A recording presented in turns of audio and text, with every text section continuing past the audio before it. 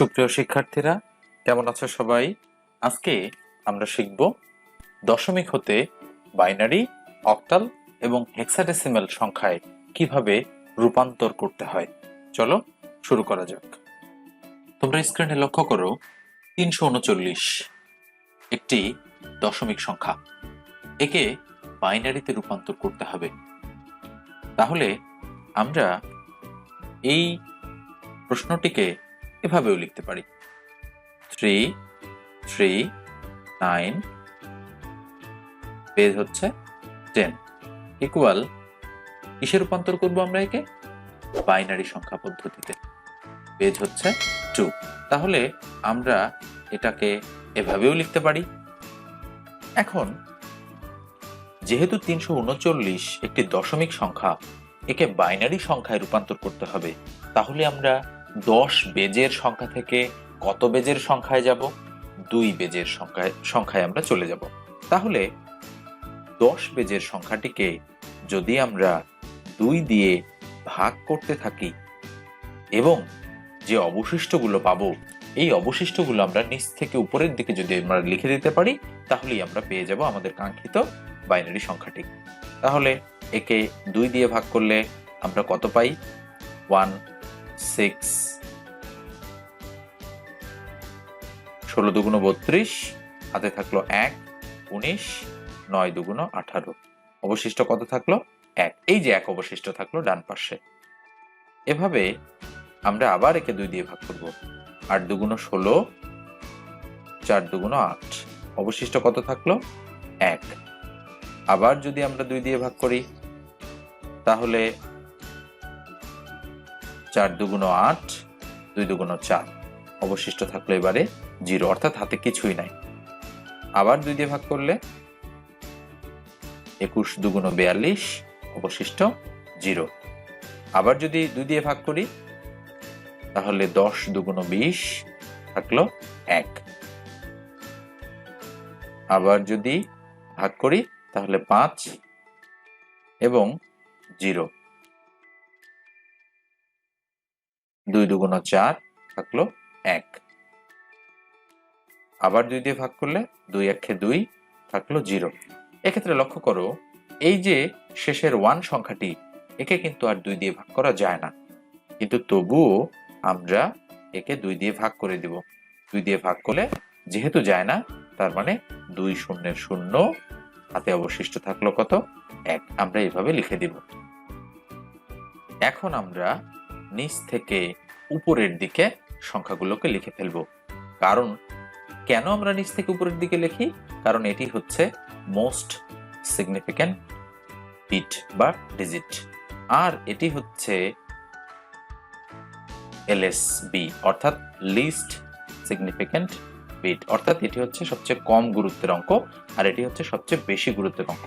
তাই আমরা সংখ্যাটিকে এভাবে লিখব। তাহলে আমরা অ্যান্সার কিভাবে লিখতে পারি? সুতরাং 339 পেজ হচ্ছে 10 ইকুয়াল 1 0, নিচ থেকে উপরে 1 0 1 0 0 1 1, এই হচ্ছে আমাদের বাইনারি সংখ্যা। এভাবে আমাদের লিখে দিতে হবে। এটি হচ্ছে অ্যান্সার। আশা করি বুঝতে পেরেছ। তোমরা স্ক্রিনে আরেকটি দশমিক সংখ্যা দেখতে পাচ্ছ। আগেরটির চেয়ে এটি একটু আলাদা, কারণ হচ্ছে এখানে দশমিক রয়েছে মাঝখানে। আমরা কিন্তু আইসিটিতে এই দশমিক বিন্দুটিকে বলে থাকি রেডিক্স পয়েন্ট, অর্থাৎ এখানে যে 75.25 রয়েছে, এটিকে আমরা বলে থাকি রেডিক্স পয়েন্ট। RADIXPOINT,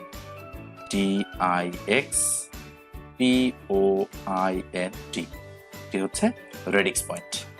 আসলে এই 75.25 সংখ্যাটি দুটি অংশে বিভক্ত। একটি হচ্ছে পূর্ণ অংশ, আরেকটি হচ্ছে দশমিক অংশ। এক্ষেত্রে আমরা পূর্ণ অংশের কাজটা আলাদাভাবে করে নিব, আগের মতোই। 2 দিয়ে ভাগ করলে 3 দুগুণ 6, 7 দুগুণ 14, থাকলো অবশিষ্ট 1। আবার 2 দিয়ে ভাগ করলে 18 দুগুণ 36, অবশিষ্ট 1। আবার 2 দিয়ে ভাগ করলে 9 দুগুণ 18, এবার অবশিষ্ট 0। 4 দুগুণ 8, অবশিষ্ট 1। 2 দুগুণ 4, অবশিষ্ট 0। 2 1 2, অবশিষ্ট 0।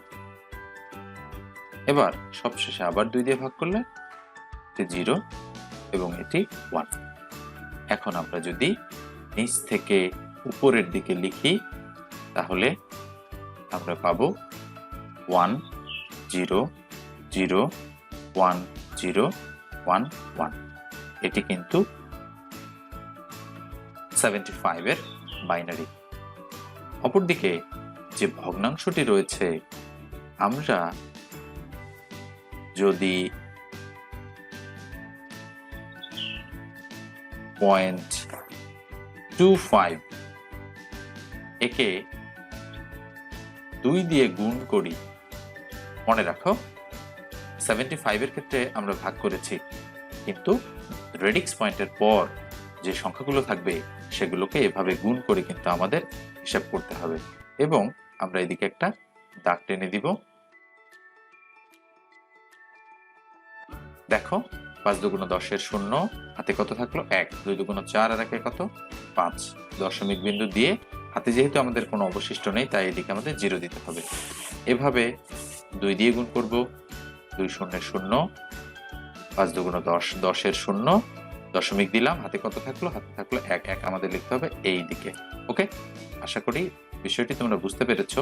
এক্ষেত্রে একটা বিষয় মনে রাখবে যে আমি একটু আলাদা কালার ব্যবহার করছি।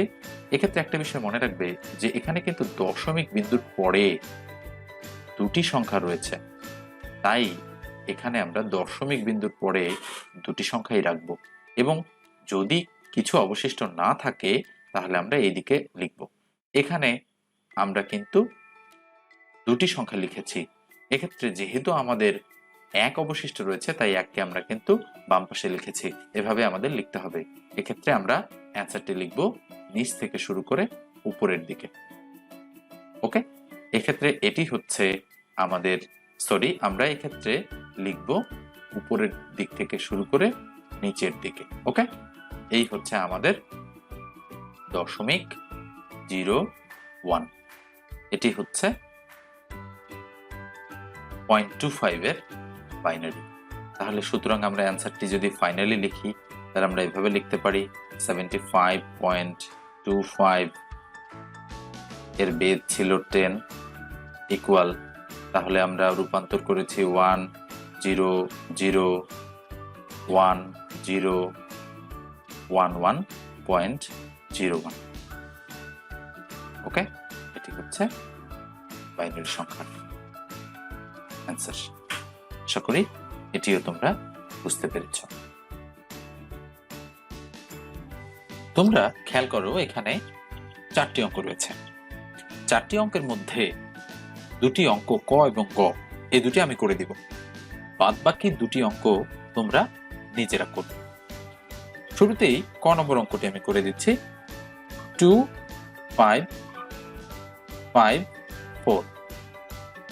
এটি হচ্ছে আমাদের একটি দশমিক সংখ্যা। এই দশমিক সংখ্যাটিকে আমরা যেহেতু অক্টালে রূপান্তর করতে চাই তাহলে অক্টালের বেজ কত 8 দিয়ে আমরা এই সংখ্যাটাকে ভাগ করব। আচ্ছা, এখন আসো এখানে ভাগ করলে ফলাফল হয় কত 31 এবং অবশিষ্ট কত থাকে 6। 31কে যদি আমরা 8 দিয়ে ভাগ করি তাহলে হয় 3, অবশিষ্ট কত থাকে 7। আমাদের অ্যান্সার কিন্তু আমরা পেয়ে গেছি। তোমরা এই দিক থেকে শুরু করে উপর দিক পর্যন্ত, যদি নিচ থেকে শুরু করে উপর দিক পর্যন্ত লিখে দেবা। কখন এসে তোমরা স্টপ হয়ে যাবা? যখন এই সংখ্যাটি 8-এর চেয়ে ছোট হয়ে যাবে। তাহলে আমরা 2 5 4 এই সংখ্যাটিকে যদি অক্টালে রূপান্তর করি তাহলে আমরা পাই 3 7 6। এই সংখ্যাটি একটি অঙ্ক হয়ে গেল। অনেক সহজ, তোমরা দেখতে পাচ্ছ যে খুব সহজেই অঙ্কটি করা যাচ্ছে। এরপরে গ নম্বর অঙ্কটি যদি আমরা করি তাহলে এর দুটি অংশ রয়েছে, একটি হচ্ছে 4, 5, 1। তাহলে একে কত দিয়ে ভাগ করতে হবে? ঠিক আগের মতোই 8 দিয়ে ভাগ করতে হবে। তাহলে 5, 5 40, থাকলো হচ্ছে 5, 51। তাহলে 6 48, 49, 50, 51 থাকলো কত? 3। আবার যদি আমরা 8 দিয়ে ভাগ দেই তাহলে থাকে হচ্ছে 7, এবং এবারে কোনো অবশিষ্ট থাকে না। তাহলে এক্ষেত্রেও আমরা কাঙ্ক্ষিত ফলাফলটি পেয়ে গেছি। তাহলে এক্ষেত্রে আমরা 703 এটি পাই, 703 এটি আমরা পেলাম। এক্ষেত্রে এর বেস কত? 8, এবং এর আরো একটি অংশ রয়েছে, এটি হচ্ছে 0.35। দশমিক সংখ্যার ক্ষেত্রে, পূর্ণ সংখ্যার ক্ষেত্রে আমরা 8 দিয়ে কিন্তু ভাগ করেছি, কিন্তু দশমিক সংখ্যার ক্ষেত্রে আমাদের 8 দিয়ে গুণ করতে হবে। তাহলে 8 দিয়ে গুণ করলে আমরা ফলাফল 5 40 শূন্য হাতে 4, 3 24, 25 26 27 28, তাহলে 8। তাহলে দশমিক দিয়ে কত থাকে? 2। আবার আমরা কত দিয়ে গুণ করব? 8 দিয়ে। তাহলে এক্ষেত্রে 8 শূন্য 0, 8 64, 4 হাতে থাকলো 6, দশমিক দিয়ে আমরা এদিকে 6 দিয়ে দিব। আবার যদি আমরা 8 দিয়ে গুণ দেই তাহলে ফলাফল দাঁড়ায় 8 শূন্য 0, 4 32, 2 হাতে থাকলো 3। এভাবে আমরা কত দূর পর্যন্ত যাব? আসলে আমরা 2-3 ঘর পর্যন্ত গেলেই হয়ে যাবে। এক্ষেত্রে 2 6 3, তোমরা খেয়াল করো দশমিক বিন্দুর বাম পাশে যেগুলো আমরা পাবো, এই দশমিক বিন্দুর বাম পাশের সংখ্যাগুলোই আমাদের হবে অ্যান্সার। এক্ষেত্রে খেয়াল রাখতে হবে 35 সংখ্যাটি কিন্তু দশমিক বিন্দুর পরে 2 ঘর।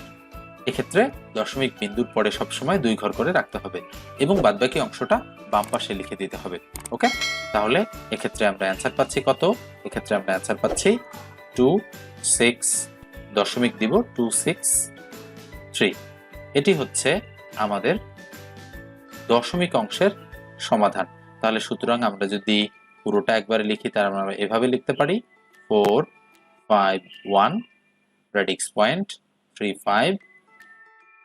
এর বেস কত ছিল? 10, কারণ এটা দশমিক সংখ্যা। ইকুয়াল, তাহলে আমরা অ্যান্সার পেয়েছি 703 রেডিক্স পয়েন্ট 263। এবং এরপর যেহেতু আরো ঘর হতে পারত তাই আমরা ডট ডট দিয়ে অ্যান্সার লিখে দেব। এই হচ্ছে আমাদের অ্যান্সার। তাহলে ক এবং গ আমি করে দিলাম। এরপর তোমাদের HW দিচ্ছি বাদবাকি দুটি, কি কি? খ এবং ঘ। এই দুটি অঙ্ক অবশ্যই তোমরা বাসায় করে ফেলবে। এর অ্যান্সার দুটি আমি জানিয়ে দিচ্ছি তোমাদের। খ নম্বর অঙ্কটির অ্যান্সার হচ্ছে 535, 535। খ এর অ্যান্সার হচ্ছে 535, এবং ঘ এর অ্যান্সার হচ্ছে 1017, 1017 রেডিক্স পয়েন্টের পর 114। সরি, এটি ঘ নম্বরের অ্যান্সার হচ্ছে 1071 দশমিক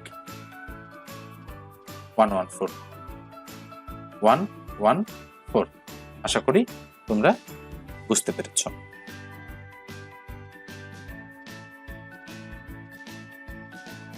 দশমিক সংখ্যাকে হেক্সাডেসিমাল সংখ্যায় রূপান্তর করতে গেলে হেক্সাডেসিমালের বেস দিয়ে দশমিক সংখ্যাটাকে ভাগ করতে হবে, এবং আমাদের একটি তালিকা মনে রাখতে হবে।